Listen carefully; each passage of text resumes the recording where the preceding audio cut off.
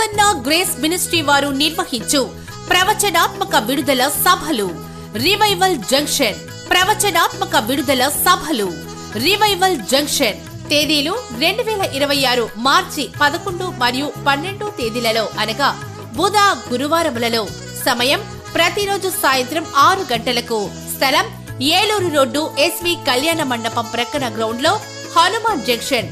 వాక్యోపదేశకులు ప్రవక్త నిజో మాథ్యూ గారు, కేరళ. పిశాచిని కయ్యిల ఆయుధమిల్లు. అపవాదిగాడి చేతిలో ఆయుధము లేదు. అపవాదిగాడితో చెప్పాడు, తాకోలు తరాన్ పరు తాళమిటివ్వు అన్నాడు.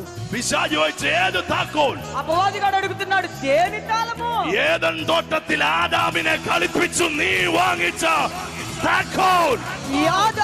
ఏదోను తోటలో ఆ ఆదామును మోసము చేసి నువ్వు తీసుకున్నటువంటి ఆ తాళము మోసము చేయలేవు.